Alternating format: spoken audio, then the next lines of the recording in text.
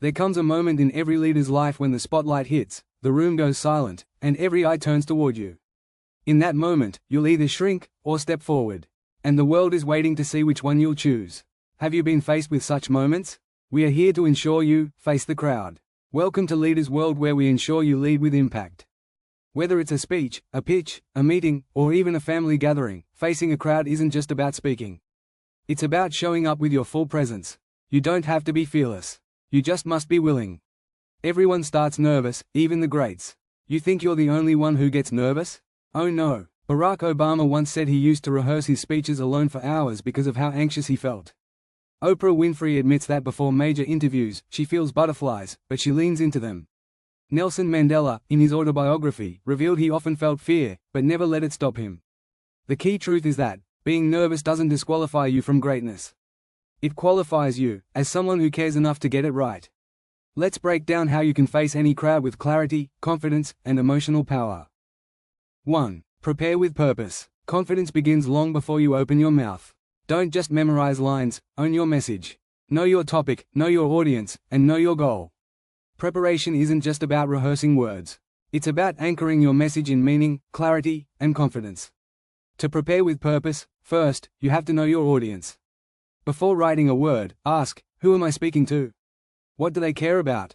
What problem can I help them solve today? When you tailor your message to their needs, you connect instantly and build trust. Secondly, clarify your core message. If your audience forgets everything else, what is the one sentence you want them to remember? It keeps your delivery focused and prevents rambling. Thirdly, structure your talk like a journey. Use this classic framework. Start with a story, quote, or surprising fact. Deliver 2 to 3 core ideas. End with a powerful takeaway or call to action. Finally, use conversational language. Short sentences and natural transitions. Practice with feedback by rehearsing aloud, recording yourself, or getting input from a trusted peer. The bottom line is this: don't just prepare your speech, prepare your intention. Know what you want your words to do, who you want them to touch, and how you want to make them feel.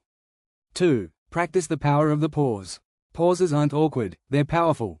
Pausing slows you down, calms your nerves, and increases the audience's attention. It makes you look confident, even when you're nervous. Practice reading your message aloud, inserting a pause after every sentence. Let silence be part of your message.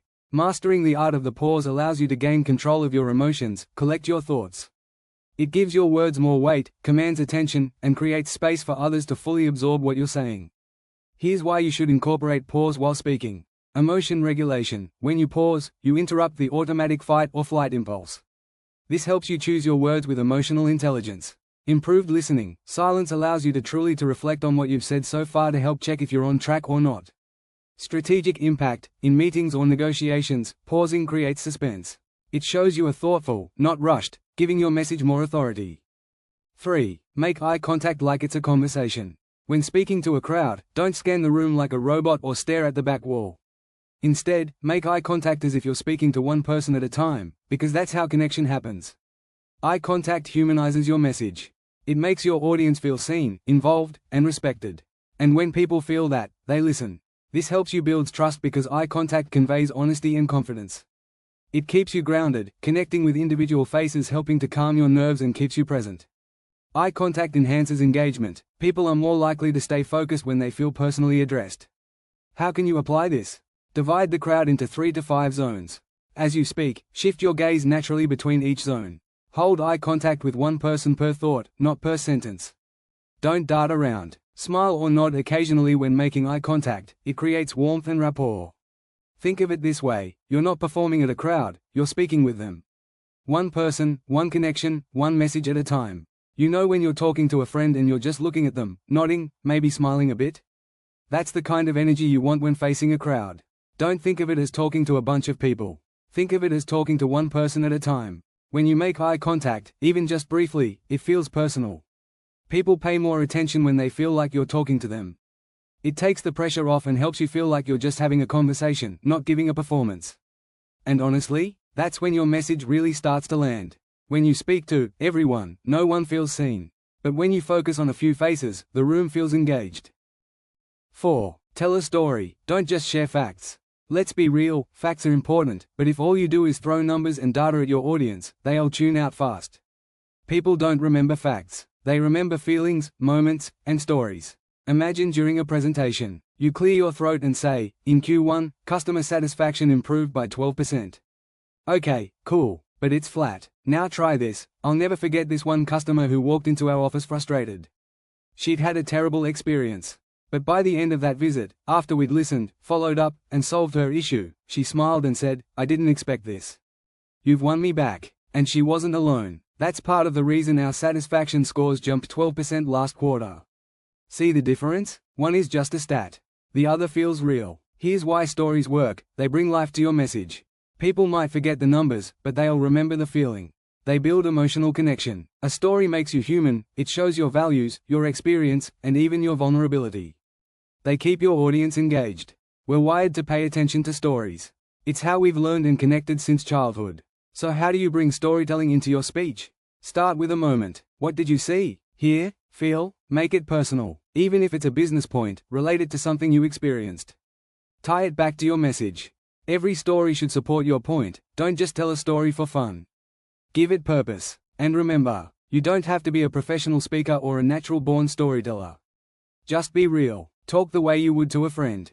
Keep it simple, visual, and emotional. So the next time you're about to rattle off a bunch of facts to a crowd, pause and ask yourself, what story can I tell that brings this to life?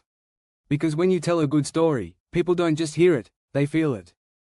5. Nervous? Accept the nerves, then use them. Your nerves are not a sign of weakness. They're a sign that you care. Trying to get rid of nerves creates more tension. Acknowledge them and reframe them as energy. Say to yourself, I'm not nervous, I'm excited and ready. Let's be honest, feeling nervous before speaking to a crowd is completely normal. Even seasoned speakers still get butterflies. The trick isn't to fight the nerves or pretend they're not there.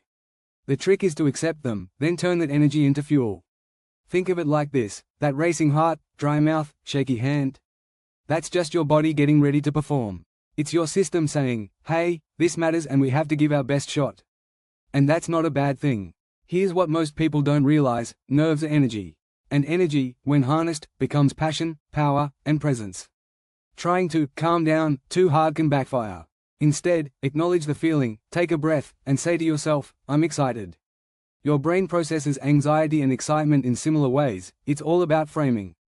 Your audience isn't looking for perfection. They're looking for authenticity. If they see you're a little nervous but still showing up with heart, they'll root for you. This is how to use your nerves. Before going up, move. Shake out your hands, stretch, walk around. Let the adrenaline move through you. Breathe deep, slowly. It signals safety to your body and slows the panic response. Channel it into your voice. Use that energy to add emotion, volume, and passion when you speak. That's what makes you memorable. And here's a secret: the moment you start speaking, really speaking, not just reading lines, you'll notice the nerves begin to settle. You shift from performer mode to present mode. So don't beat yourself up for being nervous. You're not weak. You're human. Accept the nerves, then ride the wave. 6. End with power, not perfection. No one remembers every word. They remember how you made them feel. People forget your slides, but they won't forget the energy, clarity, and conviction you brought. Craft a final line that sums up your message in one sentence. Say it slowly and let it echo. When you're wrapping up a speech or presentation, a lot of people get stuck trying to make it perfect. They want the ending to sound flawless, polished, maybe even poetic. But here's the truth: people don't remember perfect, they remember powerful. It's not about saying everything right, it's about saying something that sticks. Think about the speeches or talks that stayed with you. Chances are, it wasn't a perfect line, it was a bold truth, a clear call to action, or a moment that made you feel something. So how do you end with power? Drive your main message home. Remind him why you spoke in the first place. What's the one thing you want him to walk away with? Say it strong. No fading out with, "That's all I have," or, "I hope that made sense." Stand tall, pause, and end with intention. Use a closing line that lingers. It could be a short story, a memorable quote, or a bold challenge. Something that hits the heart or sparks the mind. For example, you don't have to be fearless to face a crowd, you just have to be bold enough to show up. So the next time you're afraid to speak up, remember, someone out there needs to hear exactly what you have to say. Here's the mindset shift: you're not there to impress, you're there to impact. Let go of the need for a perfect conclusion. Instead, finish with something real, something meaningful, something powerful. Because power is what moves people, and that's what they'll remember. Here's my final words. If you're listening to this, it means one thing: your voice is needed. Your story matters. The crowd is not your enemy. It's your audience. And today, you are no longer hiding from it. You're ready to face it. And let it. To be a great leader facing the crowd with ease while making impact, remember these. 1. Prepare with purpose. 2. Practice the power of the pause. 3. Make eye contact like it's a conversation. 4. Write it to be spoken, not read. 5. Nervous. Accept the nerves, then use them. 6. End with power, not perfection. Here's my final words. If you're listening to this, it means one thing: your voice is needed. Your story matters. The crowd is not your enemy. It's your audience. And today, you are no longer hiding from it. You're ready to face it. And let it. This is Leaders World. Lead with impact. Subscribe, share, and re-listen every time doubt creeps in. Your voice is your power, and the world is waiting to hear it. Follow us for more leadership trails.